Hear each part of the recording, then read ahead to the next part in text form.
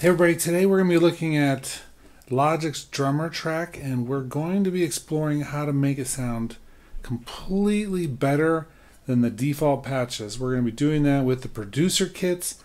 These are things that come default with Logic. They're the standard thing, so we're not using anything extra today at all. We're just looking at the basics. If you're just using the default drummer kit and expecting it to sound really awesome, well, you're missing out on some of the really big opportunities that are afforded through using some of the expanded advanced features in Logic Pro 10. Okay, let's dive in. I want to show you how this works. I've got some sound samples we're going to listen to, and we're going to explore how to do this in the mixer.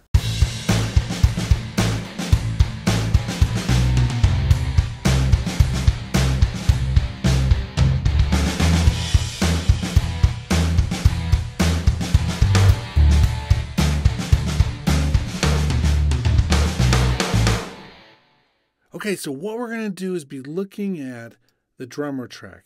And that was with all the things I've done to it. Let me play before.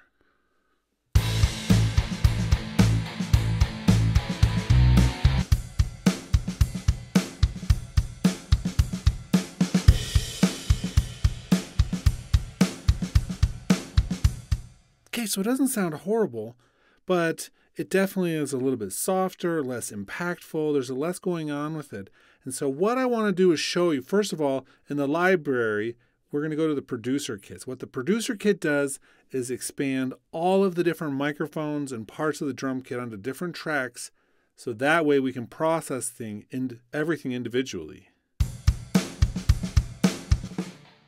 Okay, so back to the full one. You can hear the difference right away, how different that is.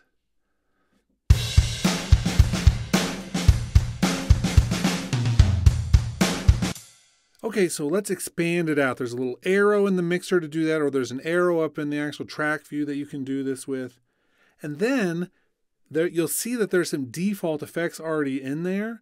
And all I'm doing is going through and adding some additional things. So I'm using some of our vintage EQs that I really like, boosting up a little bit more of the shimmer and the cymbals, cutting the low frequencies and the overheads. I'm going to tighten up the kit this way. I'm going to add a little bit more compression to the snare and the kick to accentuate things. And so the first step is really adding all of this basic stuff. So here's the outer kick. And I'm going to push that a little bit more to help it really create the foundation. That's the inner microphone on the kick.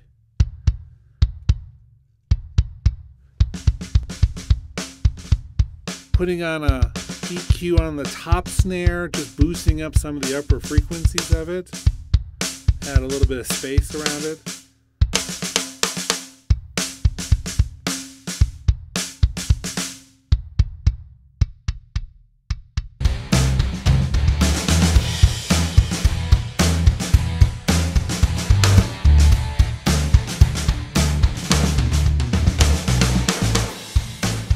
We also have this room sound. These are like the overall room sound for the drums, which I'm going to compress and bring those levels up a little bit to add some more of that sound. And we have this bleed track, which is like the equivalent of bleed coming from all the different microphones. And I'm also accentuating that. In this case, I have it super distorted just to add an effect, but I can also dial that back and just make it more of a bleed track.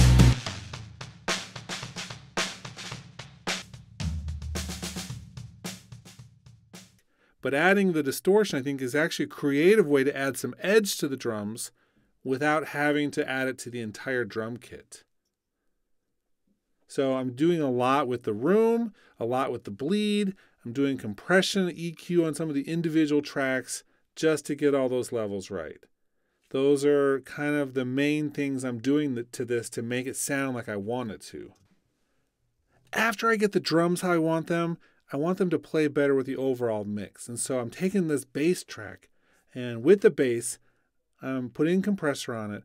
And the side chain, because I'm using the producer kit, the side chain, there's some automatic ones that are available now, and the kick is one of them. So I'm going to put a side chain coming from the kick of the drummer track, and I'm going to use that to control the compression on the bass. That way the bass is doing this little pumping motion in time with the kick drum, and the two of them can live a little bit better inside the acoustic, the frequency spectrum there, the space around it. Okay, so that's another thing I'm doing, using that sound to really help.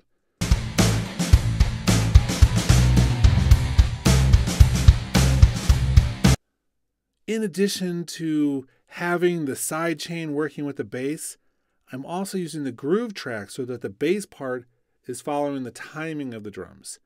That is another way to help really create a cohesive unit there inside the drummer track.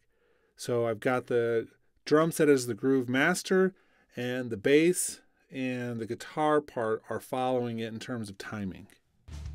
Another thing I'm going to do is put an equalizer on the overall drum track, and that's possible with this stack that it's built into.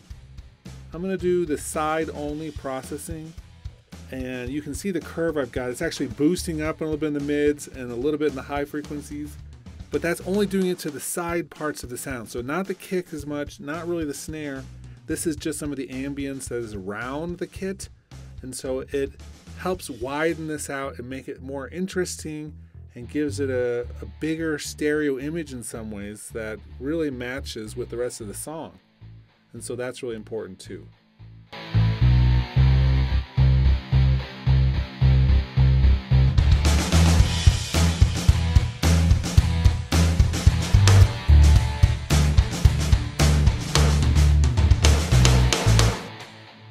It's a really cool system to be able to have all of the multi-tracks for each of the drum kits and patterns that you're getting programmed here.